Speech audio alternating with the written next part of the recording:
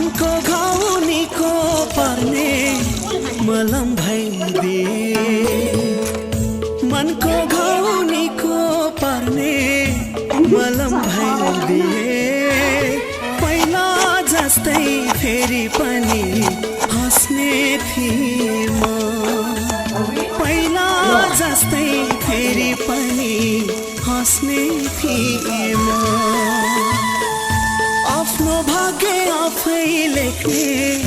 कलम भइदिए आफ्नो भाग्य आफै लेख्ने कलम भइदिए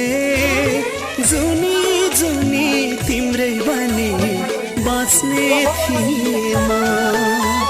जुनी जुनी तिम्रै बनी बाँच्ने थिए म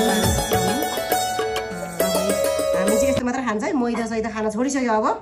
कहिले पनि खाँदैन यो अहिले चाहिँ अर्ग्यानिक यो तपाईँहरू सबैजना यस्तै मैदाकै सरी यो कोदोकै खानुहोस् है हेर्नुहोस् त एकदम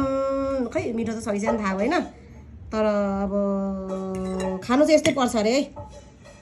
कोदोकै ढिँडो